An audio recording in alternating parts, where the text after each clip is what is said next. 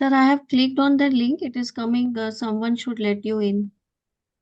No, no, it is not a like a. This is not a permission. Like there is no permission required for this. No. Just to sign in your Google Classroom and then just use this class code. You will be able to join Okay. this and you will be able to see this HR analytics and management. So it's a kind of Zoom link. Actually, I am also unable to join it, saying Okay. that someone let you in. Okay. So, but there is no. So let me see. Yeah, that link it is coming. Someone should let you in. Or otherwise, you can show in Gmail, sir, how to go and put where to use this code. Okay. Okay. Just let me share that one. Uh,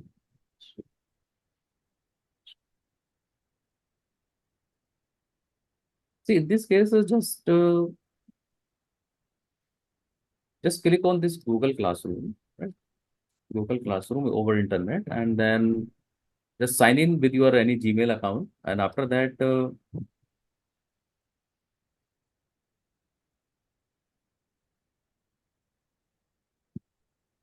just you will be able to see that join new or maybe something here plus button, right? Create or join a class. If you are able to see as a join class as a plus button, and then just say the class code here that I have shared. But you need to sign in first through Gmail, Yeah.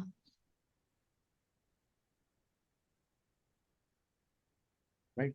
So in this, just let me share the dataset first for today's session.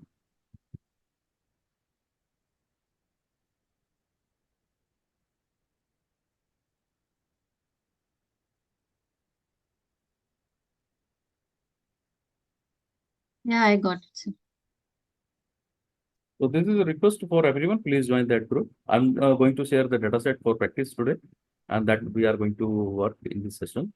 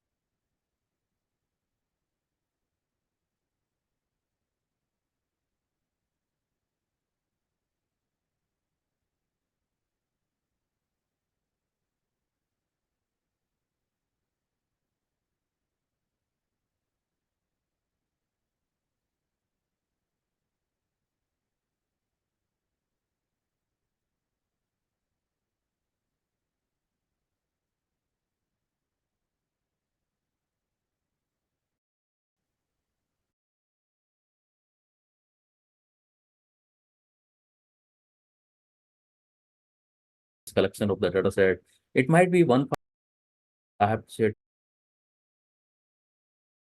but in future or maybe in forthcoming sessions, we will be going to use multiple files from different extensions, right? Maybe one is SQL Server, maybe one is Oracle, one is maybe IBM DB2, right? Anything we need to integrate, and then we are going to analyze those things. So cleaning and preparing that ETL process, and apart from that, like analyzing data patterns, visualizing data. So this is the like a work of a data analyst.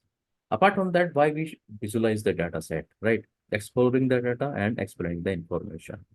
Now, this is the most important thing, and we should more focus on this part. Whatever the analysis or whatever the tables cannot do, we can create the charts and we will be able to find the hidden insights from this visualization. So I will see, and we will see the cross impact analysis as well from this, right? The visualization that is not possible through the simple analytics. So the simple thing. So let's say, let me ask one question from anyone, or maybe anyone can respond to this. Which month is having the highest attendance in a zoo? In a single click, Can we identify immediately? By seeing this table like Jan to July. December, yeah, please. July. July. July, right? Okay. So how many seconds you took to identify this? My simple question. 5 seconds. 5 seconds. Very good. Right. Anyone, or maybe the earliest response is a 5 second response. But let's say what is my approach here is we need to compare or we need to identify the highest value or max value of the pupil attendee in a zoo, in a particular zoo month wise. So we need to compare all the 12 values. What will happen if I create a chart on this? Simple. I can just simply explore and simply say July is the month without seeing the number also. Right? So better practice. The same way, when we were able to compare, let's say 17,000, 21,000, 14,000, so and so, our human brain was working on that, and we were able to analyze that which month may have the highest attendance. And what may be the reason? Maybe in the US, that is the holidays, or maybe it's summer declaration. But when we are going for a when we are going to create this charts, we are able to know that July is the month where the people are more and more visiting the zoos, right? Without even seeing the what is the number 21,000, 14,000, 17,000, and so on and so. So that is the beauty of this data visualization and the charts creation, right? So let me confuse you more with this visualization. So this is a simple like here y is dependent on x. So simply we usually have from our mathematics like regression or correlation, another one.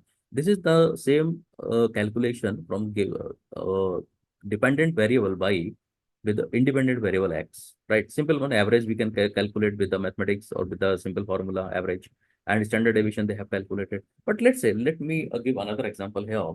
Another data set that is also having the average of 9 or the same as the of data set 1 and standard deviation as of 6, as of data set 1, right? What may be the possible thing if you compare both the data set? Any good observation from this?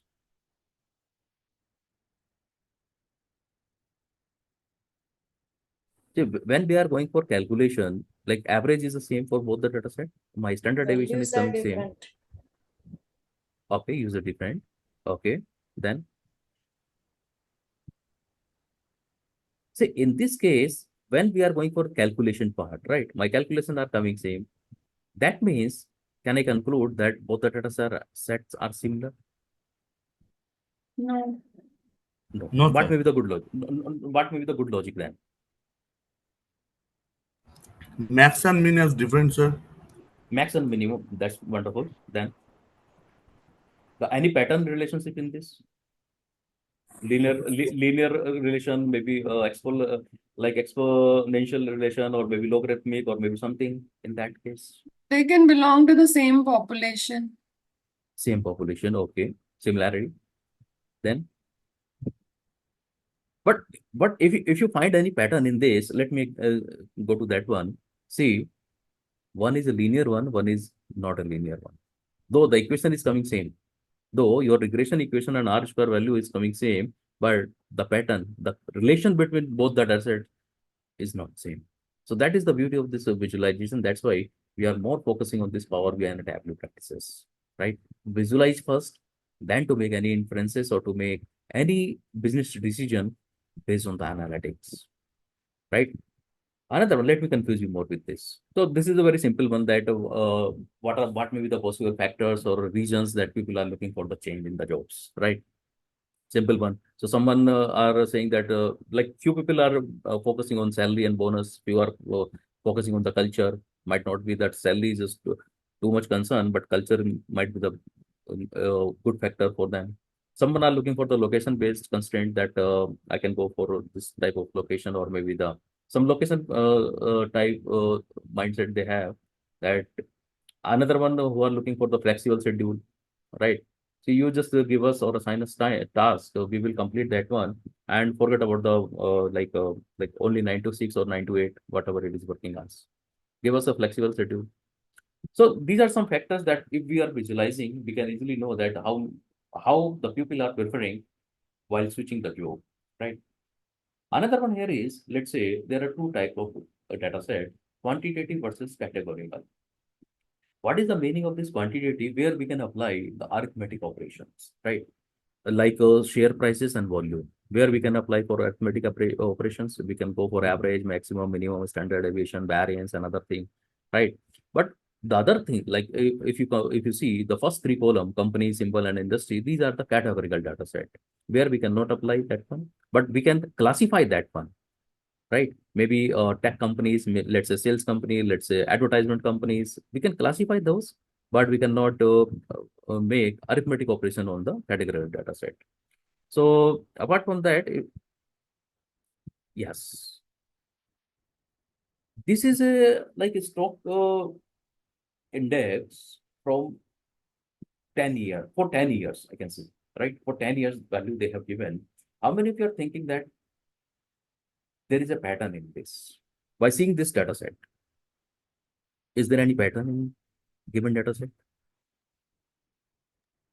It is an increase. Okay, increase. Very good. There is an increase of But- 5,000 every year. Oh, yeah, right. But another thing here is this is a timeline or time series data set, I can say. Like when I mentioned the January 10 to April 2020, this is the time series data set, right? Time series data set means, and you see, they have analyzed all the values on a particular date. Let's say 1st Jan 10, 1st Jan 11, and so, right? Only on a particular time, they have listed or they have analyzed the trend or the value of a particular variable, right? This is called your time series data set. But if I ask, what is the cross-sectional data then? If it is a time series, what may be the cross-sectional data then? If anyone can respond to that one.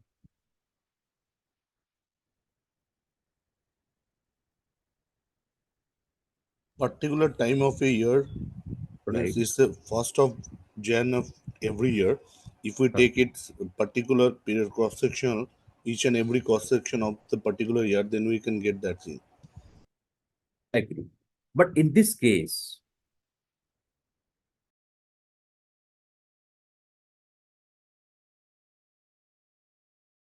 only DGI has been measured or like represented over the 10 years time at a particular time period, 1st Jan, right? That's why we are considering this as a time series. When we are going to work with the given data set, I will confuse you more and we'll ask again whether we are working on a time series, whether we are working on the cross-sectional. So what is the meaning of this cross-sectional? Rightly pointed out, at a particular time, let's say Gen 10, all the indexes. If we are analyzing all the indexes or maybe few indexes at the time at a particular time, once like 1st Jan 10, that is the cross-sectional data set. That means over a single time period of analyzing multiple variables, analyzing or listing multiple variables. That is a cross-sectional. But single variable analyzing multiple time periods at a particular time period interval, that is the time series, right? Again, when we are going for real data set that I've shared, again, I will ask you that question and will confuse you more with that. Loud. Okay.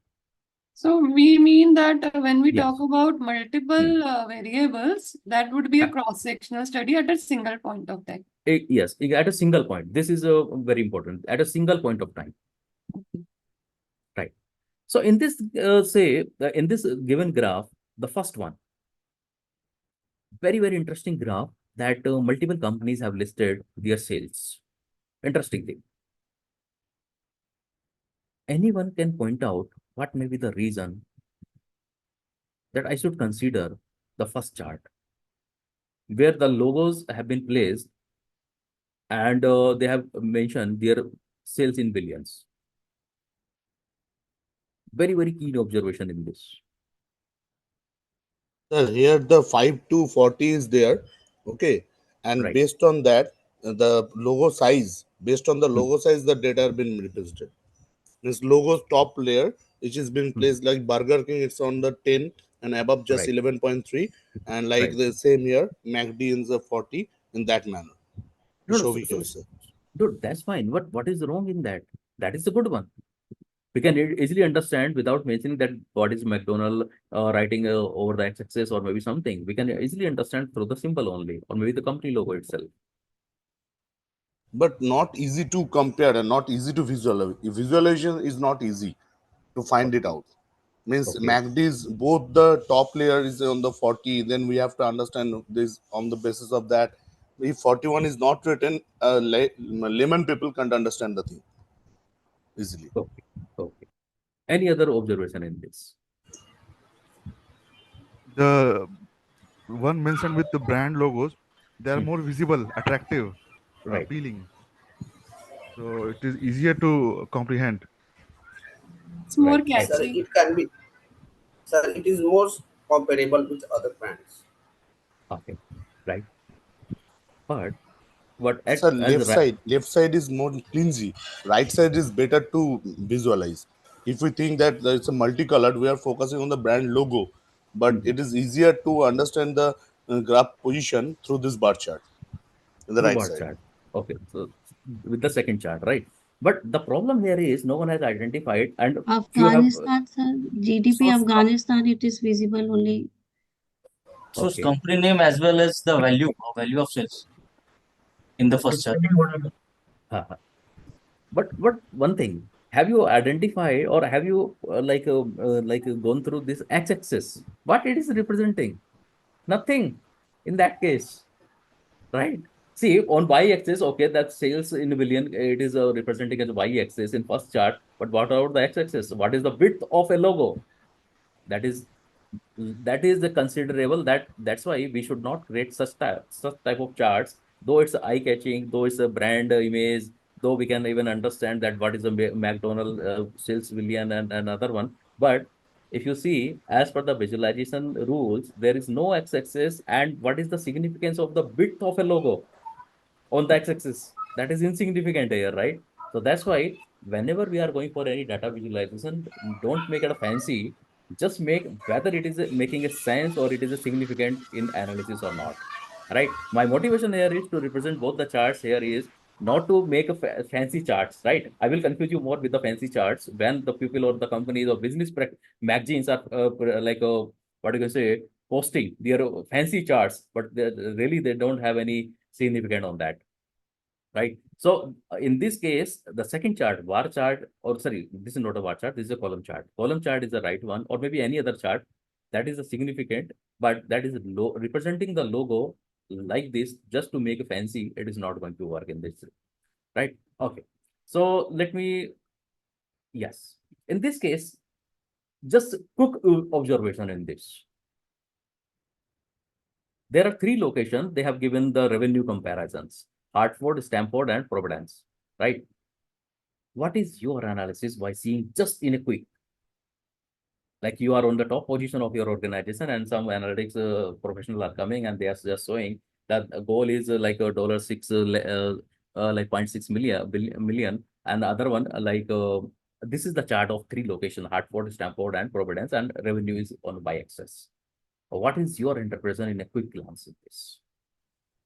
Stamford is able to acquire the goal in many of the cases, in many of the quarters. Okay, first interpretation. Then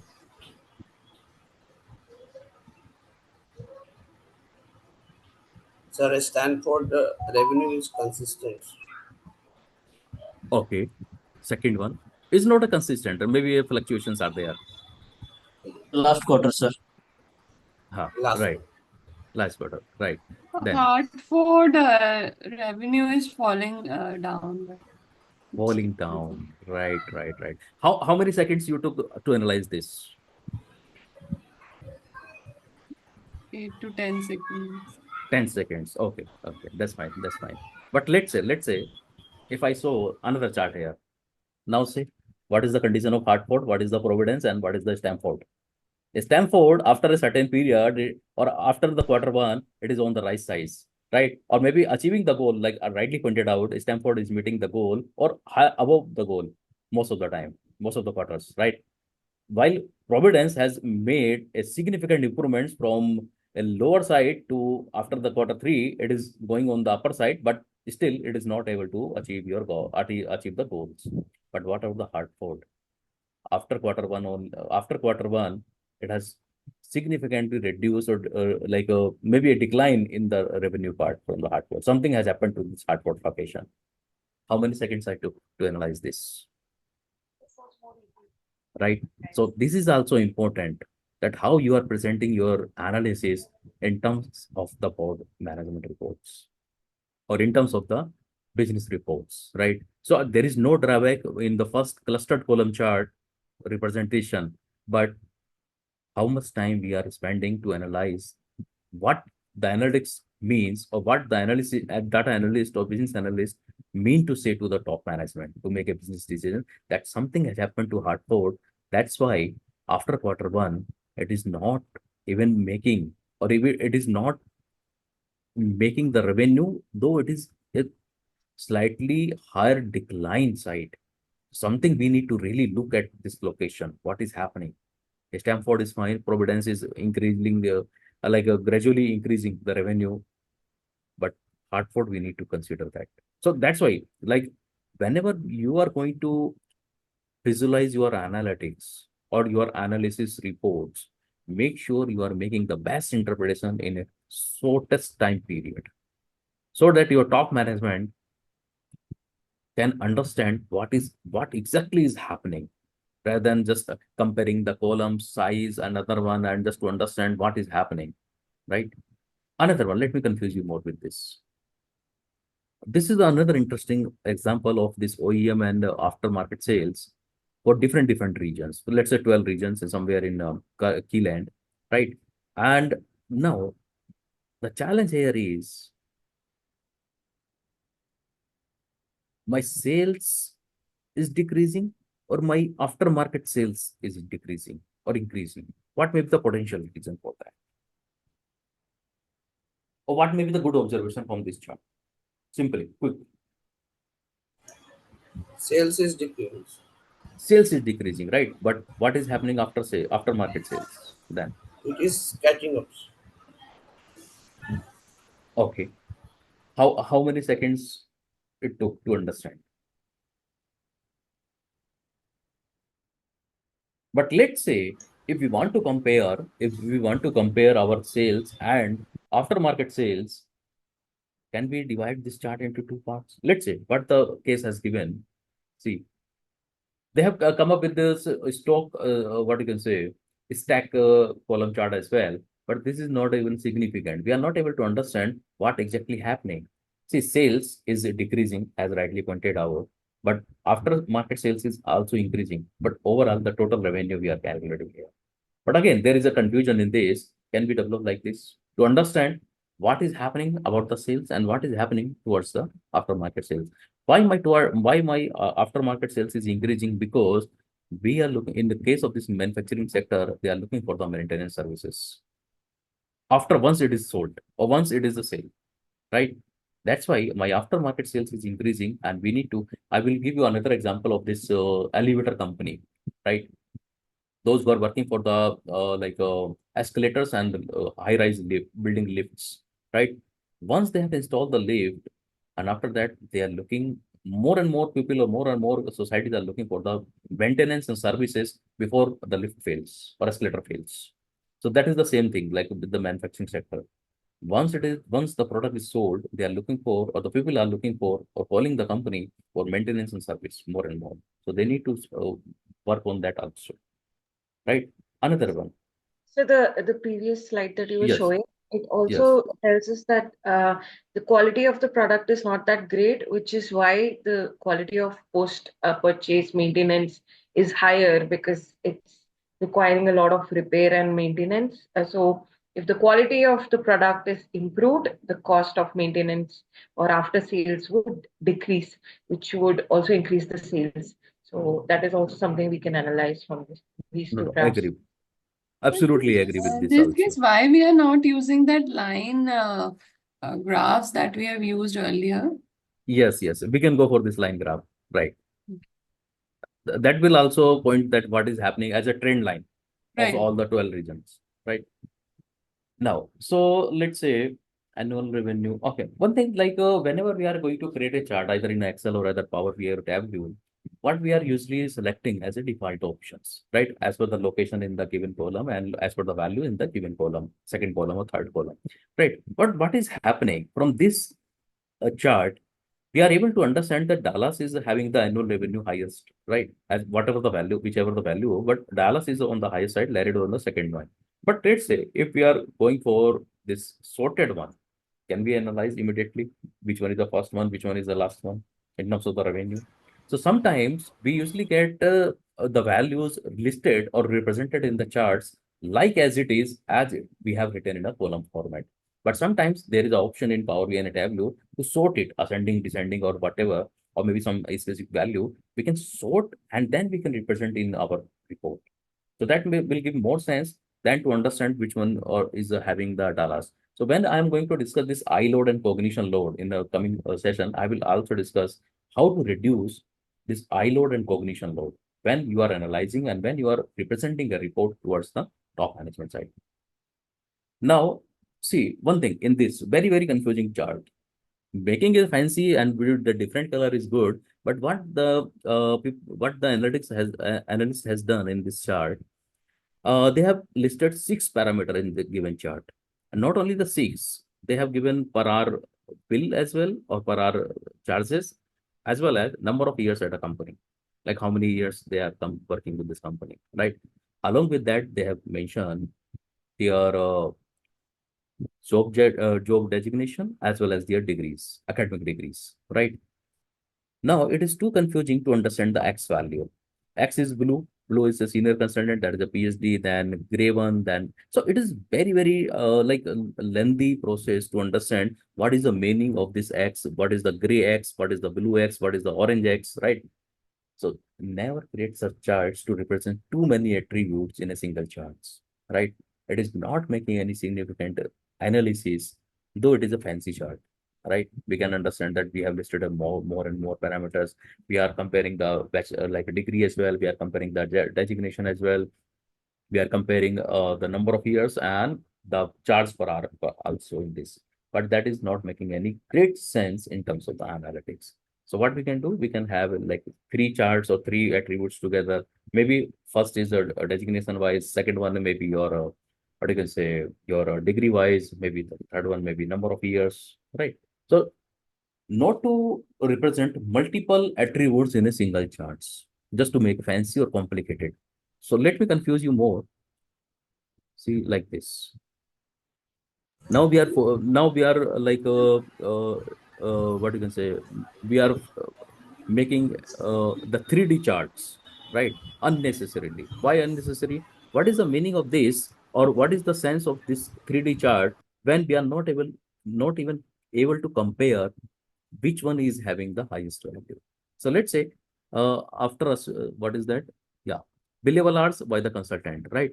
With the number of like employee name and the billable hours they have mentioned here.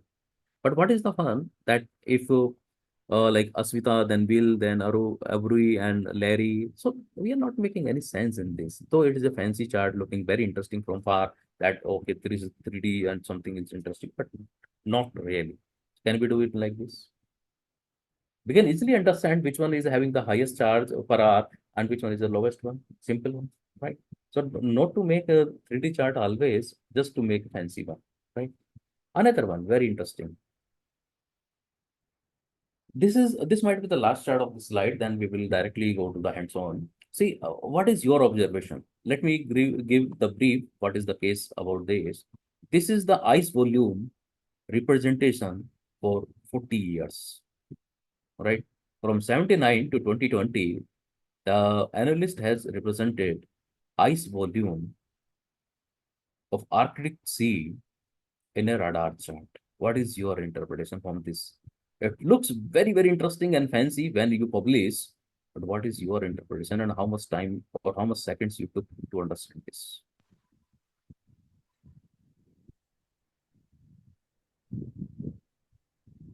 Any good observation?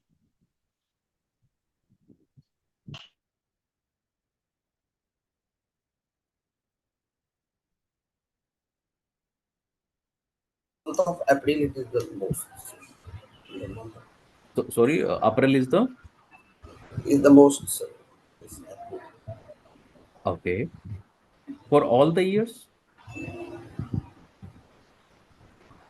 So around 2014 to 2020 it's less. Otherwise, Okay. September is the least. Least in the sense that ice volume is lowest there or highest there? Lowest. Lowest. Okay. Then. So what is the great observation? Why there is a need of listing all the 40 years? What the analyst wants to convey the message from this chart?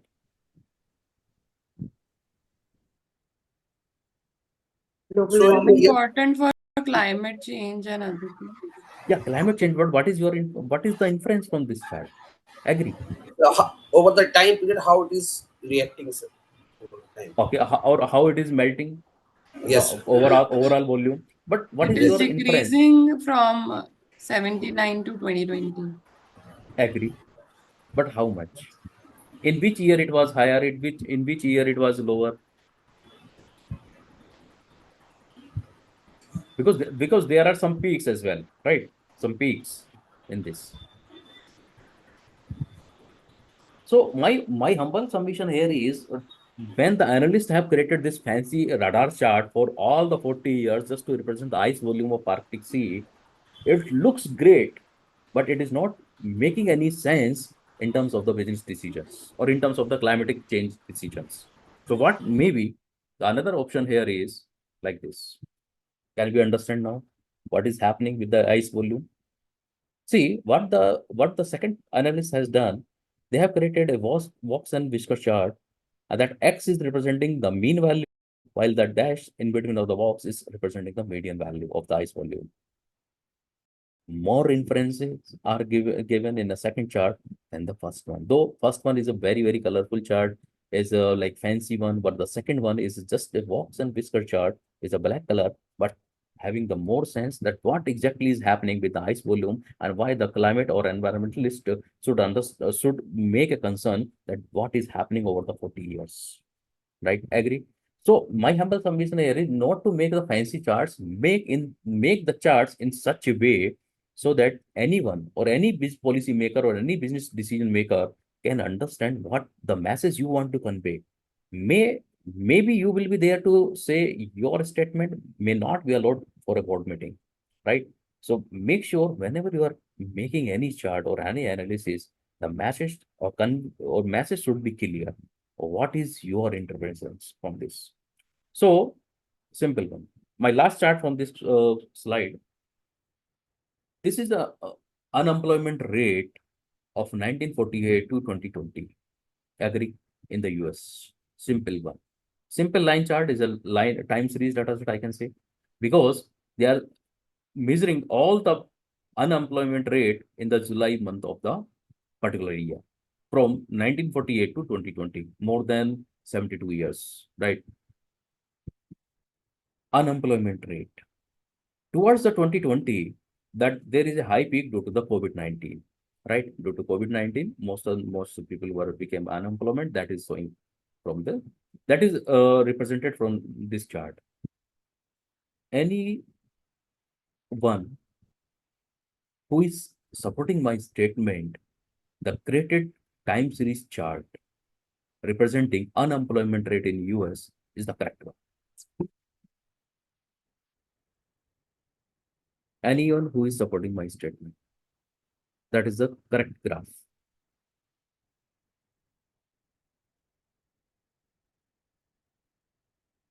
No one is supporting. So what may be the good logic? That is not a correct graph. So in 2020, it's showing highest, but So that's the also the reason I have lowest. mentioned. No, that's I have mentioned the reason, the COVID-19. Yeah, but again, on the same 2020, it's dropping as well. So I don't Okay. know what is this. Okay. That is confusing here. Okay. One observation then.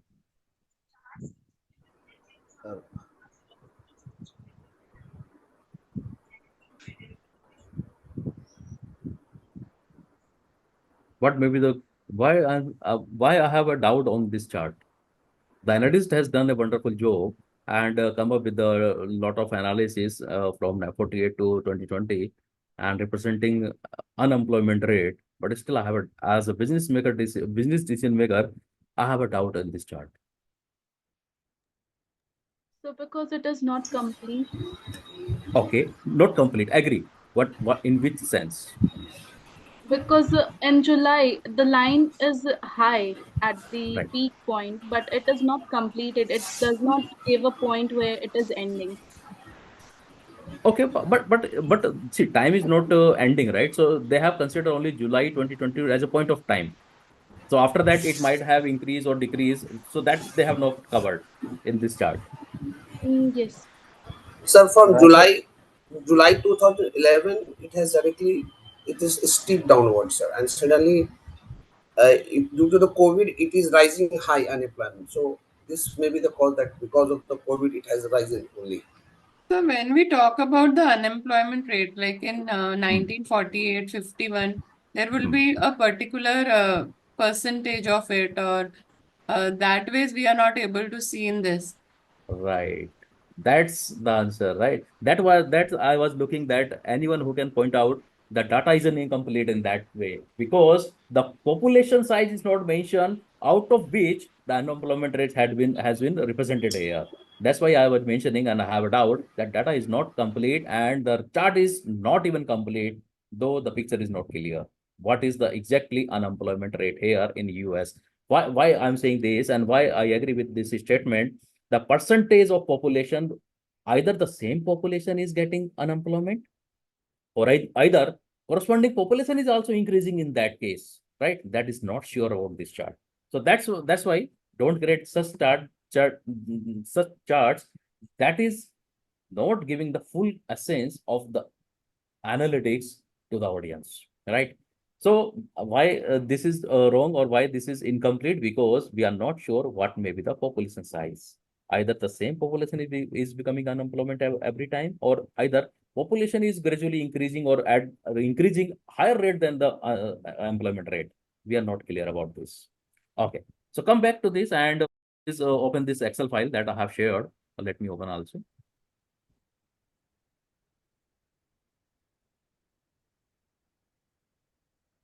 Audible, sir? Yes. One question is there. Yes, What is please. the definition of unemployment rate? Unemployment rate means number of employed people or number of unemployed people divided by total employed. That's the thing, no? Right. Unemployment rate. You were telling about the unemployment rate. So Agree. what is the unemployment rate definition over here? That is also not defined, no, sir. So, okay, if I go with the correct definition as you rightly pointed out here, but still we are not sure the population size. My concern here is whether the same people are getting unemployed again and again, or whether the people are also increasing and unemployment rate is increasing in that case. Sir, That it is may not be clear. people are increasing and the also the unemployed number of unemployed people is increasing. But if we go about the unemployment rate, it is about the Right. rate. It's a ratio. It is Right. not about the number. So if ratio is concerned, then whatever the population size is does not matter because we are considering only the ratio. Okay. Sir, But can we? Yeah, please. unemployment rate is something like unemployment rate is right now, for example, it's 16%. And next year might be it goes to 17%, 14%. So whether this chart predict the 16% to 18% or is had something about the population size? Okay. So that is the thing, sir. Because whatever may be the population, we are least bothered. We are concerned about the unemployment rate. If the rate is concerned, if it is the number is not concerned, so population we won't need, sir. Okay, so let's say if I agree and maybe the right correct definition about this, but what about the thing or what about this aspect, whether the same people are getting unemployed again and again or the different thing? Are we clear about this? No, sir. But what's our purpose of this data? Means data purpose is to give the unemployment rate. Means Right. I want to show the unemployment rate. So if Agree. rate is concerned, then whatever the population, whatever the unemployment number, we are least bothered about that. But if we are concerned about the unemployment number year wise, gradually, then Right. only we need the population and else other things. Okay. So in that case, it might not be a line chart. It might not be line chart, I would say. So Mhm. basically, it can also be shown in the line chart, but we have to mention the year-wise population also. Population also. Okay. Right. Agree. But rate is concerned, then we won't need the Mhm. population. It's my thought. Okay. Okay. No, I agree. I will also relook that why they have given in this case and why they are worrying about this magnitude in this, right? So in the given case, they were focusing on this magnitude, and then that's why they have mentioned this population is not given, right? So might be I will also relook, and I agree with your viewpoint also, right? So now come to this Excel file that I have shared. Let me explain the case. I hope my Excel is visible. Yes. Okay. So what you people are supposed to do in this, just write your enrollment number that is provided by like a team lead and just write your name. So instead of I can write my name, I don't have any registration number here. So today's date is 1st September, right? And 2024. So purpose I have already mentioned that to analyze the employee performance and satisfaction metric for Morning Press. So Morning Press Smart is like a Reliance Smart, or I can say like a Spencer's Daily, those who are selling daily routine things, right? Apart from that, what they have mentioned in this, so just write your enrollment number and name and today's date. At the end of the session, you individually, you people are going to submit through the Google Classroom that I will create a link, right? So that is considered as your class participation in this, in module 1. In module 2, in module 3, you may have a different type of analysis or different type of evaluation metrics. So what they have mentioned employee ID, name, and so that you can see in the first column. Apart from that, they have mentioned the department, position, and joining date, salary as well. Salary in dollar you can consider, right?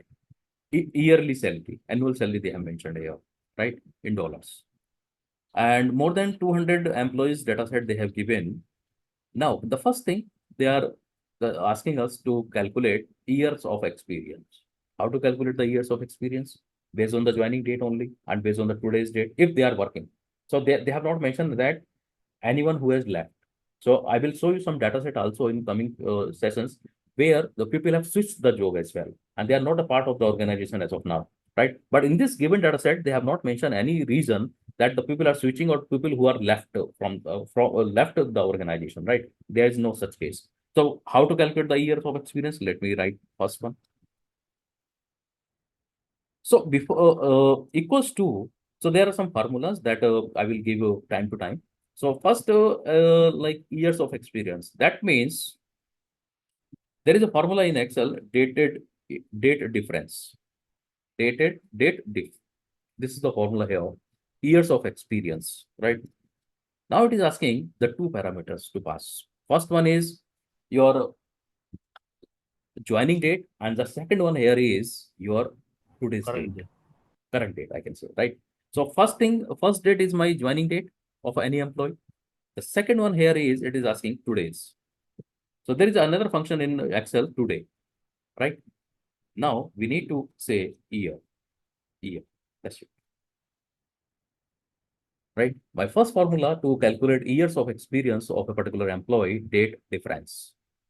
So date difference, today's date or current date minus date of joining, years.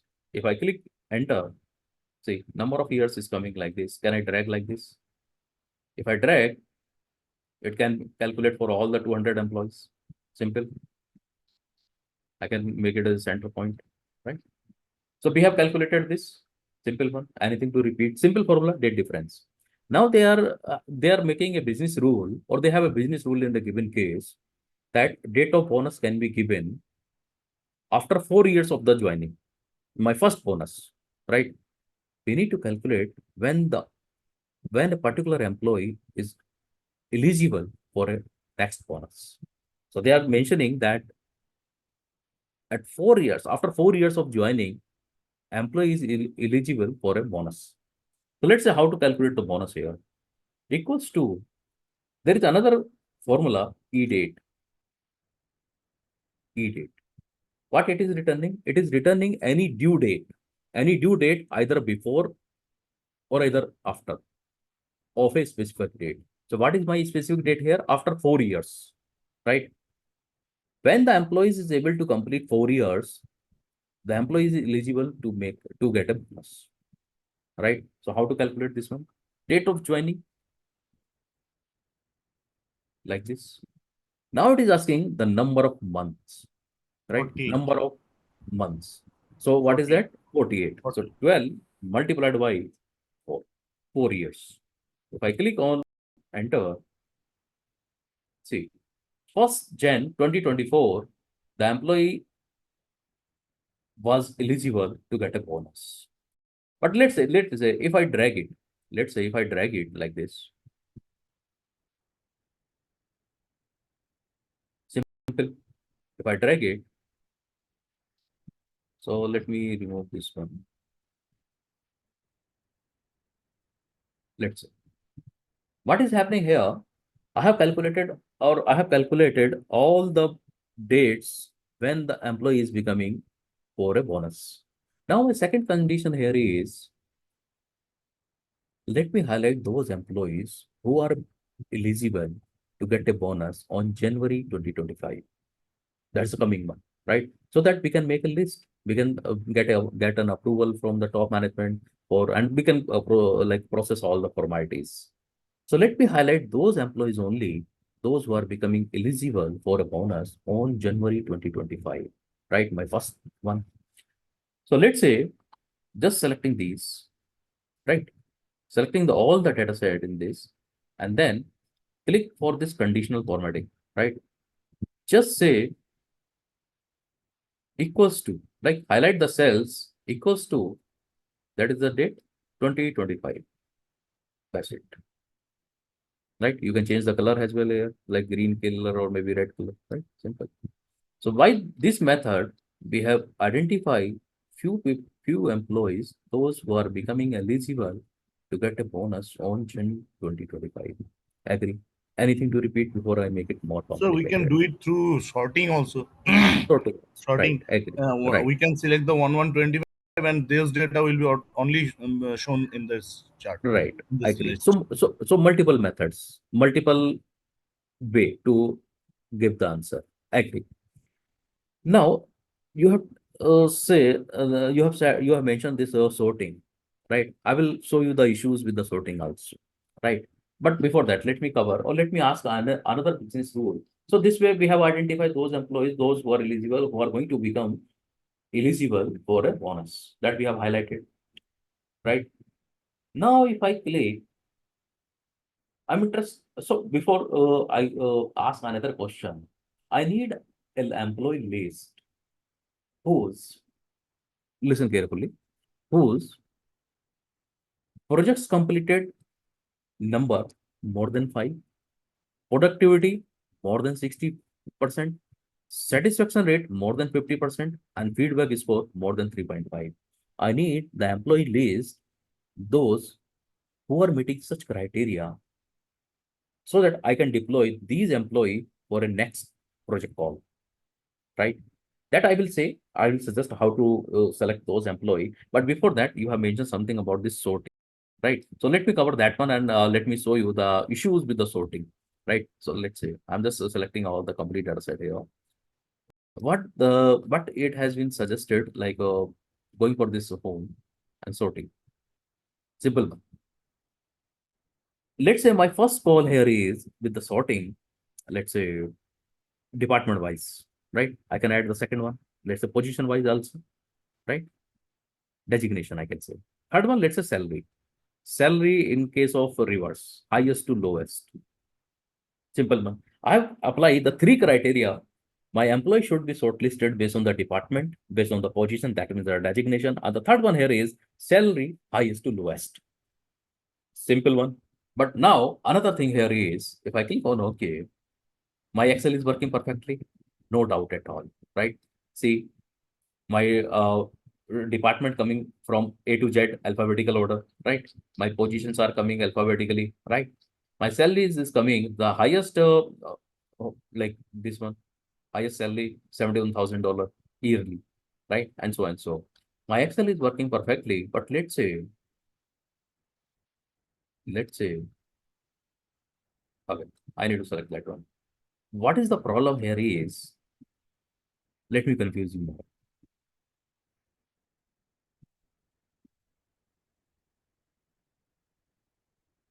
Going back to this sorting, I have applied 3 sorting criteria and my Excel is giving the results. Agree. How many columns we have? Let me see. How many columns we have?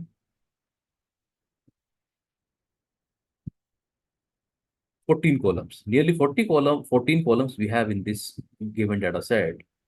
My simple question here is, I can add more columns, right? Sorting criteria, not columns. I can add sorting criteria here, right? How many of you are supporting my statement? If there are 100 columns in an employee or in a population data set, how many sorting criteria I can apply in Excel? My simple question is. My simple, see, as of now, I have applied 3 sorting criteria, department wise, position, designation wise, or your salary wise, right? Another one here is, let's say there are more than, or let's say there are 100 columns in the given data set. How many sorting criteria I can apply? Anyone who is supporting my statement, n equal to n. That means if there are 100 columns in a given data set, we can apply 100 sorting criteria. Yes, sir. N. Okay. Anyone who is supporting my statement, n minus 1.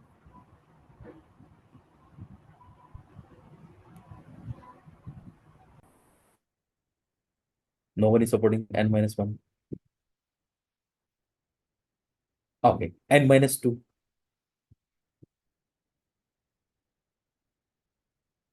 No one is supporting.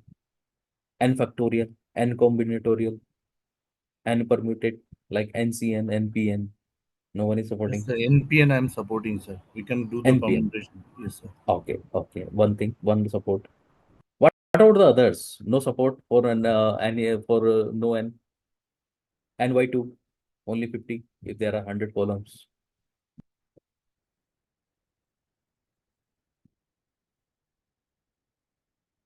So why should we should bother? Let the analysts should bother about these issues. If there are 100 columns, how many they can apply? It's their call, right?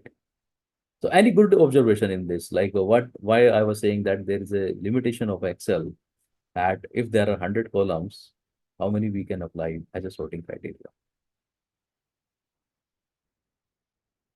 No. Okay. Anyone who is supporting my statement, n minus 2. Simple.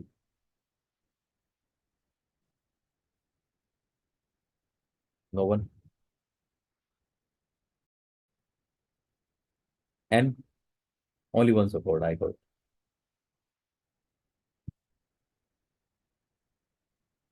So how many like sorting criteria I can apply if there are 100 columns?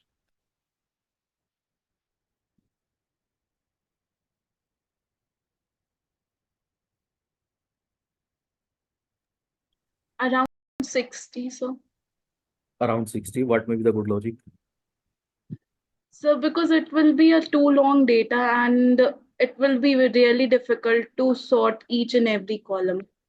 Okay, so why 60? Why not 40 only? I'm just saying that why 60 then? It's just an assumption. Okay, assumptions. Okay, near to close. So let me give the explanation of this. See, in Excel there is a limitation of sorting 64, criteria.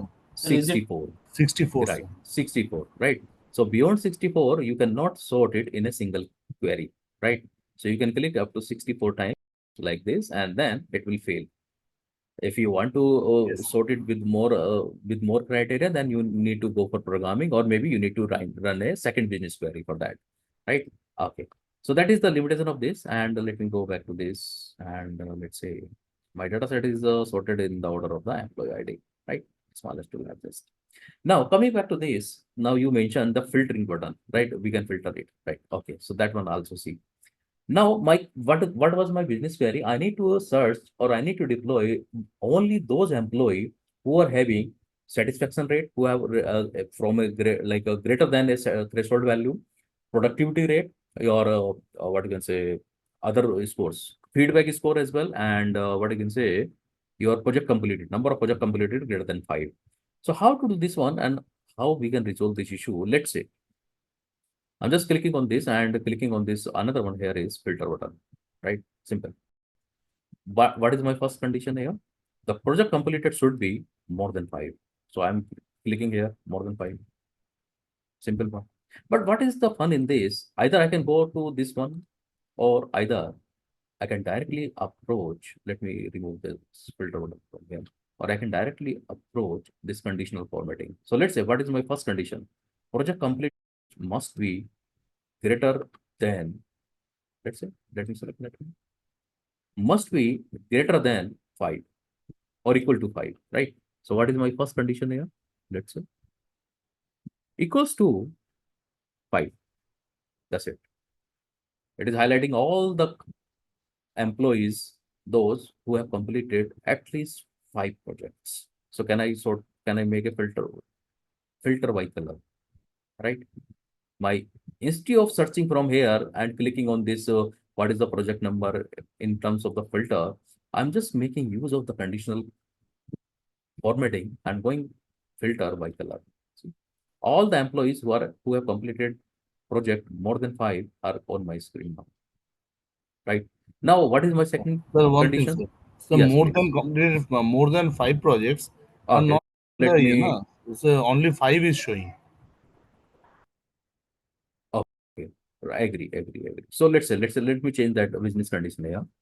So where it is? Okay, so what we have selected equal to. So we can go for this greater than 4.9. Right? Greater than 4.9. All will be considered. Yes, sir. Good. I know. Okay. So now I can go for this filter by color. Right? Okay, great. Now my second condition here is productivity more than 50%. Right? So what is there? Either I can select from here more than 50%. I need to select all these values and tick all these things. Better not to tick all, just make a condition here like this. And okay, in this greater than or equals to, or I can write here more rules. Greater than or equal to here, right? What is that? 50%. Right? That's it. So okay. So I need to select this one. So in this way, we need to create a filter button and we need to create a condition first. Let's say this. And we can identify those employee that are equal to those who are having more than 50%. See. So it is not highlighting. So let me see what is happening. Okay. Going for this. Let me highlight with this. Yes. Now again, I can go for this filter button here. The same way. Filter by color like this.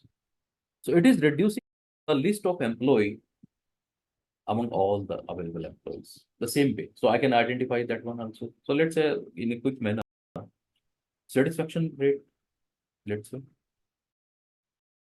Satisfaction score should be more than 60%. I'm making a condition in this. More than 60%, greater than, let's say, 59. Right? Again, can I go for the filter button here? Simple filter by color. So there is another option, filter by color, filter by text, filter by number, right? Or maybe AND logic, another one. Another is interesting thing, feedback score 3.5 minimum, right?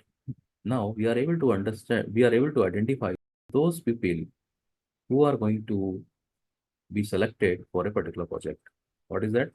3.4, right? Simple one, right? Now, if I click on this filter button, filter by color, see, these are the employees which qualifies the project criteria, right? Because we have identified those employees whose project completed are greater than or equal to 5, productivity more than 50%, satisfaction rate more than 60%, and feedback score is more than 3.5. Or right. Now we can deploy based on their designation, we can deploy these employees to a project call. Simple one, that is the filtering. But again, there is a limitation in this.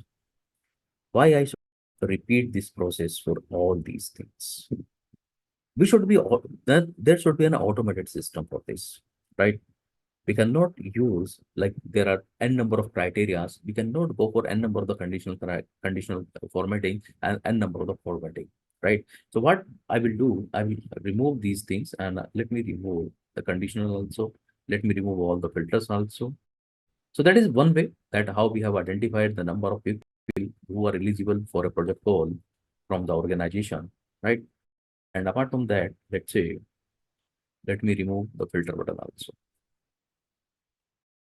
Another analysis in this, very, very interesting. So let's say I'm removing all the filters and removing all the filters as well.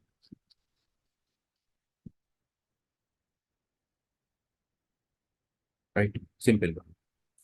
Now my simple condition here is what may be the total expenditure of the organization in terms of the salary, right? Can I make a sum of that? Can I make a sum on that? Let's say I'm making a sum, not here.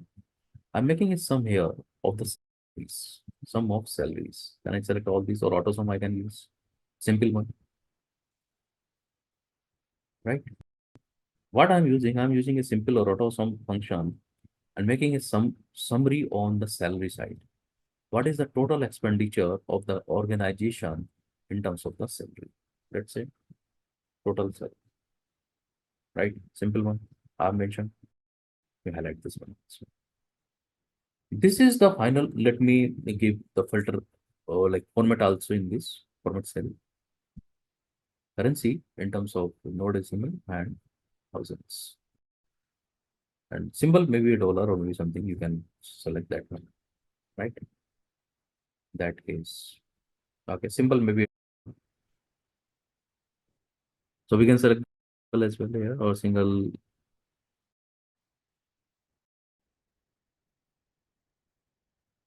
Right? Let's say single dollar US. So this is the final value that company is going to spend yearly that on the salary of the employees, 200 employees. But my concern here is get the salary of only and only HR department analyst designations, right? Can we identify that one? What may be your approach on this? That if I'm making a business query that get the salary, total salary of all the analysts belonging to HR department. What may be your all on this? Any good observation? I've made use of some function to get a salary of total all the employees for a year basis.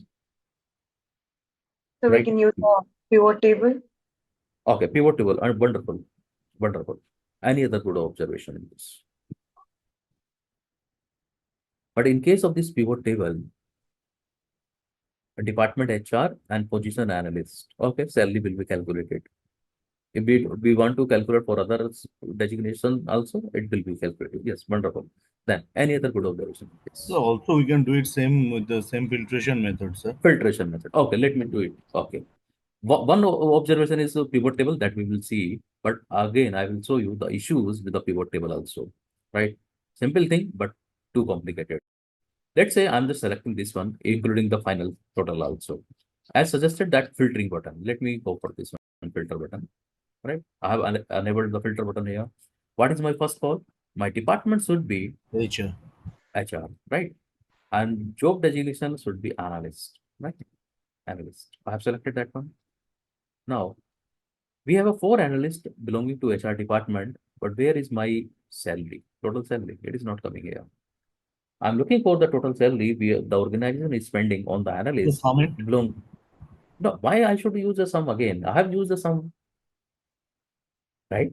How many? So let's say if I change my business query here, let's say intern here, intern belonging to HR department. Again, sum is not coming. So how many times I should use sum? Right? That is a challenge. Whenever see if I remove any filter condition here, let's say filter condition here and filter condition from here. So my salary is coming at the bottom side. Whenever I am applying any business query here or any condition, my total salary should also should be reflected as change. That is not happening.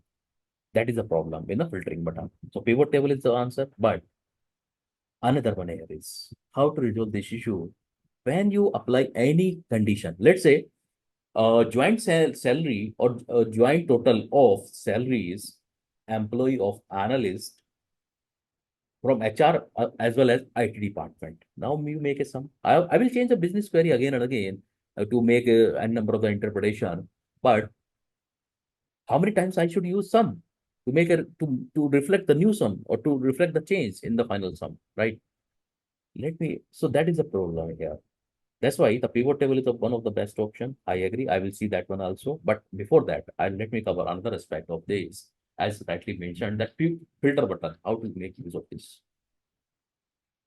Anyone from computer science graduation, anyone who is from computer science background, right? They can respond, or they can, if they can recall something. If you remember something from database definitions, right? What is the database? What is the table, right? Anyone who can quote database table definition, whatever, fully or partially, whatever it is.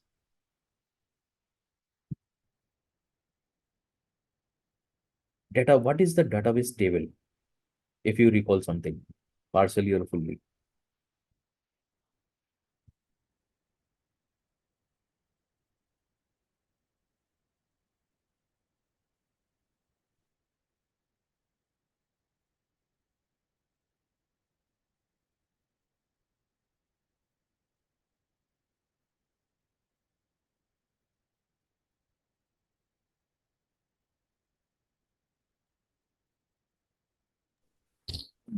A table is a collection of data with numerous rows and columns. Rows and columns, that I was looking for. Rows and columns, perfectly fine. Agree. How many of you are supporting my statement, the given data set that I have shared, that we are working, qualifies table definition as stated now? Or anyone who is not supporting, what may be the good logic? As per the database table definition as stated now, a collection of rows and columns, right? How many of you are not agree with this definition that the given data set does not qualify the table definition, and what may be the good logic?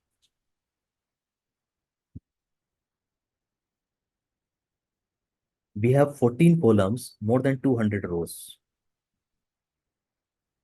Anyone who is not supporting, or anyone who is supporting my statement that given data set does not qualify table definition. My open question to all. Yes, sir. It does not support the definition. Okay, what may be the good logic? Sir, because sir, it's all a different department, position, joining date, salary. They all are different attributes. So attributes needs to be for a table. It's a single code. Means A01, A02, A03, like that. No. If you remember from database, or if I remember from database table, it might be any attribute that is a structured format. That can be collected based against the field, right? Field or entity. What is the entity meaning here is like satisfaction rate. Is a percentage, feedback score, again is out of 5 or out of 7, department name, position name, or joining date. Table does not need to have all the similar data set only. So it may be a different data set and different data type also. Like one is a Sir, date, it one is a can be, text. Yes, please. so it can be all the information that a table consists. That is the database. No, I'm not asking about the database. I'm looking for the table definition only. See, in case of the table, we have 200 rows. Rows means record, right? The table definition. And as for the column, EMP ID, that is my first entity. My second entity is a name, age, and a gender, another one, right? So that qualifies, right? But still, Yes, I have a sir, doubt. But still, I have a doubt on this. See, if you remember your structure RDBMS or SQL or MySQL somewhere in your life or somewhere in any project, so we usually create a table in such a manner that like a roll number, student name, student father name, student background degree, previous CGPA, address, mobile number, Aadhaar number, and so on. So all are not same, but belonging to a particular record. So if I say my employee ID 102, Sarah Levy, age 27, male, project completed 5. So it is related to only the one employee only. So that qualifies. But still I have a doubt on this. What may be the good logic? Why I'm doubting on my table definition in this? Maybe we are not able to establish some relationship. No, we can establish like we were able to get that top, we were able to get few people, those who are meeting the project condition, right? And we can make a chart. If we are able to make a chart like gender wise, we can make a salary wise, we can make a satisfaction rate wise. We can make a relationship in that. We'll see all the charts pattern in this. Sir, it is a But still I have a doubt. fundamental. Sir, it is a structure that organize and save data with precision. Okay, so what is wrong in this? It's a simple one, right? It's a good one. See, RDBMS says that it is like a structure format, and if you are writing your Instagram messages, your text messages over a website or maybe like social media, that is unstructured data set. Big data, another one. But as per the RDBMS concept, my table definition should satisfy. But still, I have a doubt that it does not qualify the table definition. Rows and columns collections.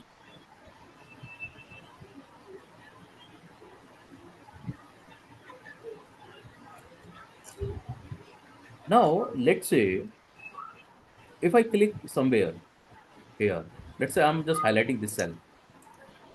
I've highlighted with the yellow color. What I have highlighted?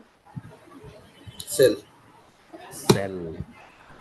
That means whatever the data set is given, this is the range of cells. It is not a table format at all.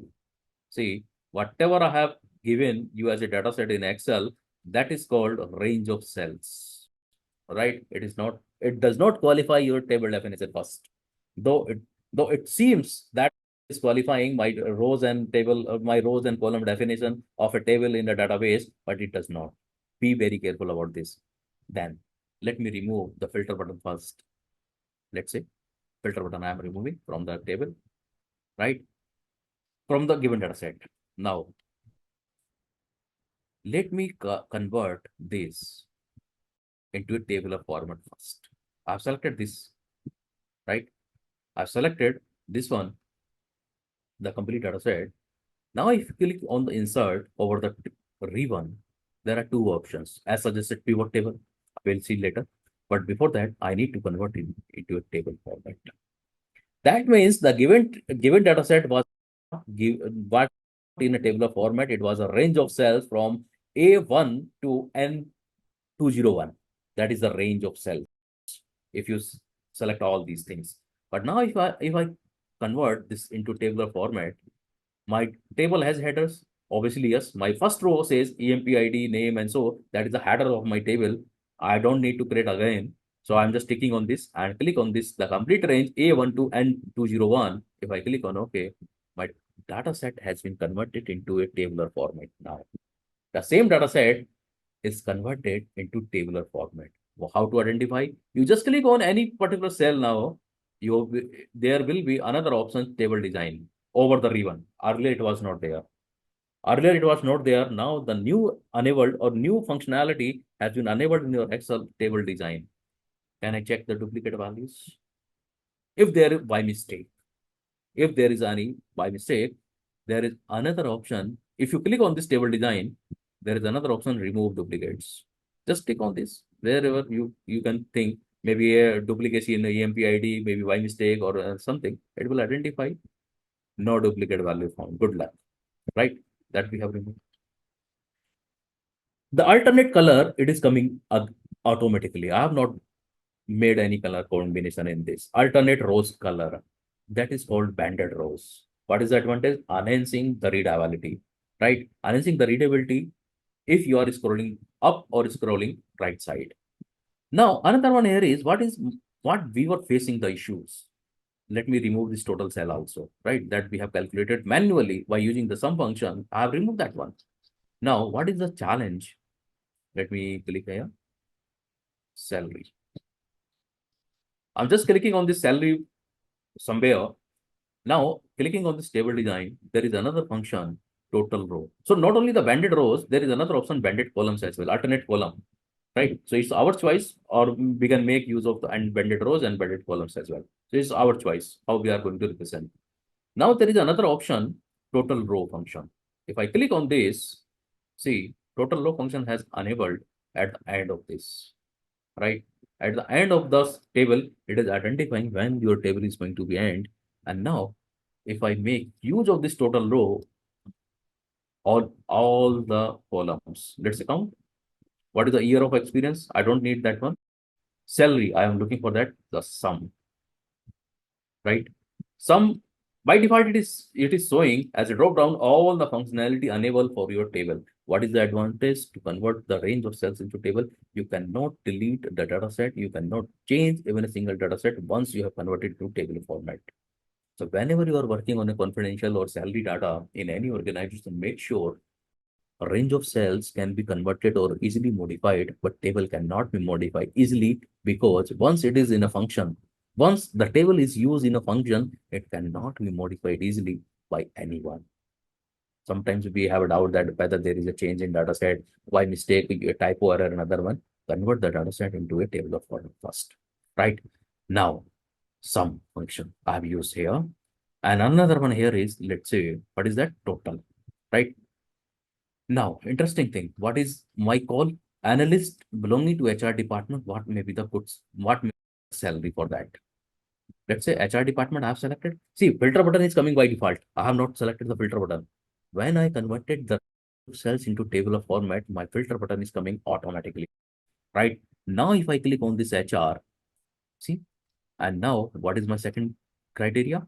Only analyst salary. See, my analyst, there were 4 analysts belonging to HR department. What is the total salary? This is the total salary. And there is number of, like, I can remove that one. There is no significance of this, right? Now understood. Now you say me, now you tell any business query, it will give the results without using again and again some function in that. So what may be the another one? Let's say if I changing position, let's say intern, right? How many interns and what is the salary we are spending on the intern side? 20, okay, 2,85,000 something dollar, right? So any doubt or anything, what is the advantage of converting the table, converting the data set into table format? That total row functionality you will get. Another one here is you will get the advantage of the business queries. You run any business query, it will give you the final results of this without converting into pivot table, right? Anything to repeat here before I make it more complicated? So gradually I started with the basic, that is the system, and then I will increase the complexity or the complexity of this while we are going through this system, right? My first approach here is you tell me any business query, any department, let's say not only the HR, finance also, maybe multiple department as well, right?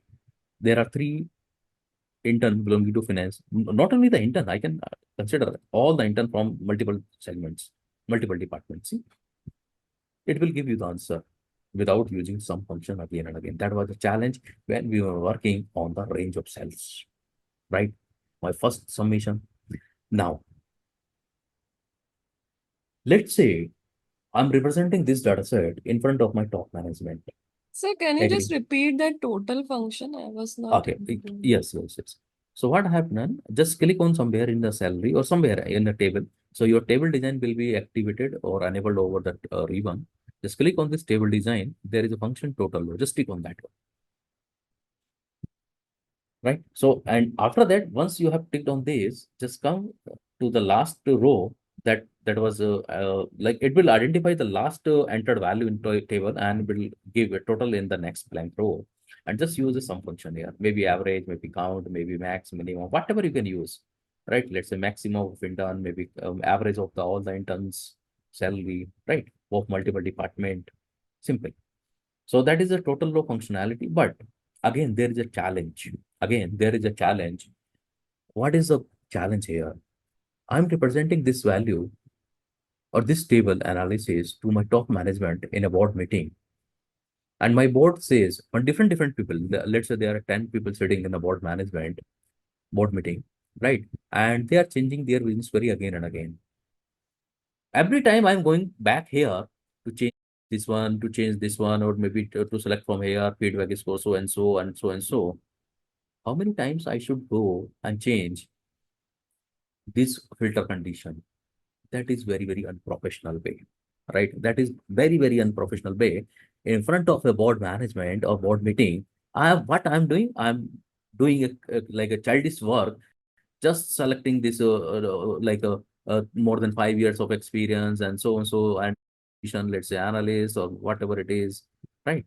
So and so, maybe junior developer and so and so. So it is very, very unprofessional way, right?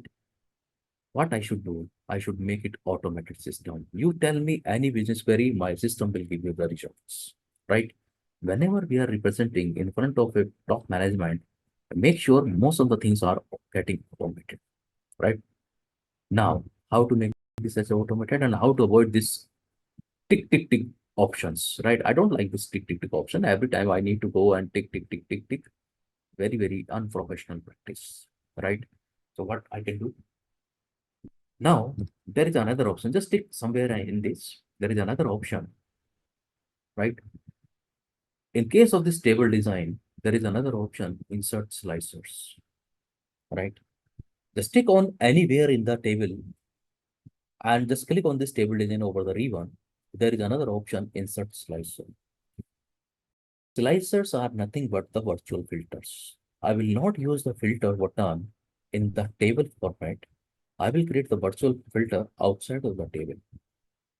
And whatever the business query comes from any top management, I will run from outside and my table show the results. Agree with the concept? And I tell you, slicer is more and more powerful concept applied in Microsoft Excel, Microsoft Power BI, and Tableau. Slicer will be used in all the three software. So this is the beginning, and it will be repeated in multiple sessions. How to make use of the virtual filters, or I can say business conditions outside of the data set.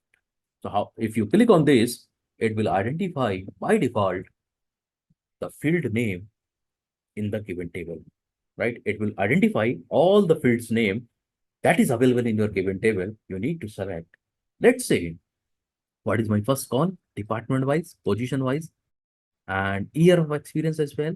And let's say salary, I don't consider, satisfaction rate also. So let's have intentionally have created 4 slicers here.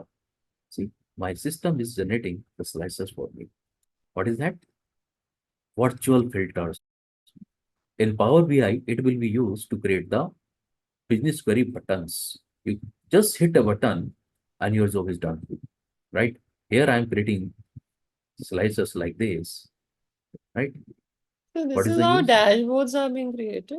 No, it is not a dashboard because there is no chart at all. It is only Okay. slicers, right? Dashboard will be a combination of multiple charts with the slicers or with the buttons, I can say, right? That we will see in another session in Power BI as well and in Excel also. And I will show you where the people are making a mistake while creating a business dashboard. Static as well as a dynamic, publishable, right? Publishable.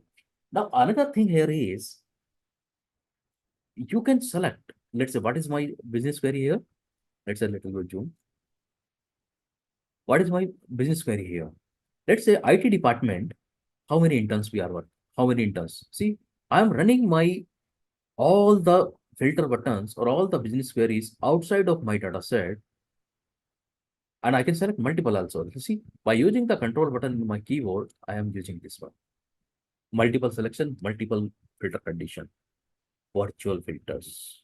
Available in all the three software. Very, very powerful concept. Slicers, right? So any doubt or any confusion in slicers? How to create a slicers? And again, I tell you one thing before we go for a break. If you see Microsoft Power BI and Microsoft Excel, both the products are from Microsoft. If you bundle advanced Excel with visualization, it is called as Power BI. I will prove it. I will prove it when I switch Excel to Power BI, and I will prove all options or all the available options in Power BI that we have worked in Excel, right? Why Microsoft has created two software. Earlier, Power BI was also a part of Excel free of course when you purchase Office 365 or you purchase a new laptop as a Windows, right?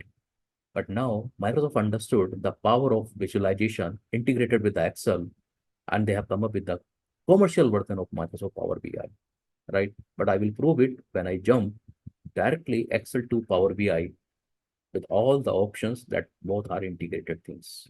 Like Power BI is integrated one, right? Now, so anything to repeat in the slicer part, Sir, please right? repeat the slicer process. Okay, right. So let's say, let me remove all the slices here. Right? Remove slices. So what I have done, just select or click anywhere in the table design or table, any data set. It will enable your table design over the ribbon. And there is option insert slicer, right? Insert slicers are nothing but the virtual filters outside of the table. Now it is, so it will identify all the heads or all the fields, whichever are available in your given data set. Here we are creating, let's say for department, position, and let's say years of experience as well, and anyone you can create. And when we are going to like explore this dashboard, we will create multiple, that one gender also I can create, how many females and how many males. So see, whatever you select, it will create a slices. I can convert this into a button format also. Like I was mentioning that in Power BI, it will be a button format. How to convert this into button format? Let's say, let's give an example. Go for this size and properties, right? Now there is option position and layout. Earlier it was a vertical column format. Now I can make this as a horizontal format, right? If I click on this, it has become a button like this. In Power BI, it will be like this, right? So when I am clicking on the females, all the females are available on my screens, all the female employees, right? And whenever I am clicking on the male, so all the males as a button, right? So all the males employees are available on my screen and with their salary, with their designation and so on, so details, right? Simple one, slices we can create. We can create timelines as well for yearly analysis when we have more than 10 years of data set, year 1, quarter 1, year 2, quarter 3, year 3, quarter 3, right? Salary details of all the employees for last 10 years, we need to analyze where the company can improve the salary structure or pay hike or maybe the bonus and other thing that we will see in coming data sets. But any doubt or anything to repeat here as of now in slicer part? Simple, very, very powerful and applicable in most of the softwares. Sir, Right. as in this process, you have created a table out of simple Excel. So can we go Right. also go for slicer on a simple Excel sheet? No. First, we Slicer have to has a move to no. table format. Right. See, slicer is applicable only and only table and pivot table format. Right. Okay, It is sir. not. It will not be working with the range of cells. Your option will not be enabled. See, if you see in case of this normal insert, there is another option, slicer and timeline that I was mentioning. But if it is a range of cells, it will not be enabled at all. It will be disabled. So first thing, we need to convert the data set either table or pivot table. That is a must condition, right? Now, my Got it. second question, second question here is, we need to analyze something like, let's say, comparison of average salary gender-wise. How my organization is following the practice in providing the average salary to all the employees gender-wise, right? So what we can do, I will again throwing some business queries in terms of the table or in terms of the charts, and we'll see like what you can say, the average salary comparison or like position comparisons, right? Or maybe your number of years versus number of the projects completed, and so on. So a lot of comparisons we need to make from this given data set. But what we can do, we can make a 10 minutes break now, and we will reassemble and we will do some more business query in this, right? So any doubt or anything to repeat before we go for a 10 minutes break? So for the years of experience, what was the function that was being used? Okay, so in this case, I have used this date difference. You can see my Date formula bar here. Okay. Date difference. And for not only the years, it can be a month also, right? It can be a month or it Okay. can be days as well, like 10 years, 6 months, 22 days, or something. So I have calculated only years. Yeah. So please have it break over 10 Sir, it minutes will be and better, then, sir, if yeah. you kindly share the Excel with us during the classwork. No, that you are going to submit, no? Your work. That is a class participation from my side. I will enable the Google link where you all are going to submit as individual basis. Once you have submitted, I will share my source Excel file also. No, sir. Right. I want to mean, sir, the raw data file. So The that raw I have data shared, Excel right? file. No, I have shared, right? So you have not received? Let me see. See, one thing I have shared through There chat in box. chat Yes, we have also. received in the chat box. Chat There box in also, chat na? box. Please Sir, work. but we are not Classroom able to also it is see, there. we are having that through that chat box you have shared, but in that classroom, I am not able to see where to find Okay, so that. let me see the Yes, classroom as same well. In here chat in box, I have not classroom. found it, I'm sir. not able to. In No, chat in box, I have class. not found it. No. See, in classroom, I have shared like this. You are able to see my classroom. We are Google able HR to and see this, but in this we are not able to see the link no, or not link this Excel sheet we are not able to see. Only this is written over there. No, Excel is there, right? If you click on this, it will be No, downloaded. Excel sheet we are not able to And see, sir. refresh the classroom again once Sir, again. it is reflecting now, but earlier it was not. It is Okay. reflecting just now. Earlier it was not. Okay. So see, today for today's session, I have shared through chat box. But what we usually follow the practice here is before 30 minutes from the session, we usually share through Google Classroom. So it will be notified in email also that I have shared something, and please download or maybe please open that one.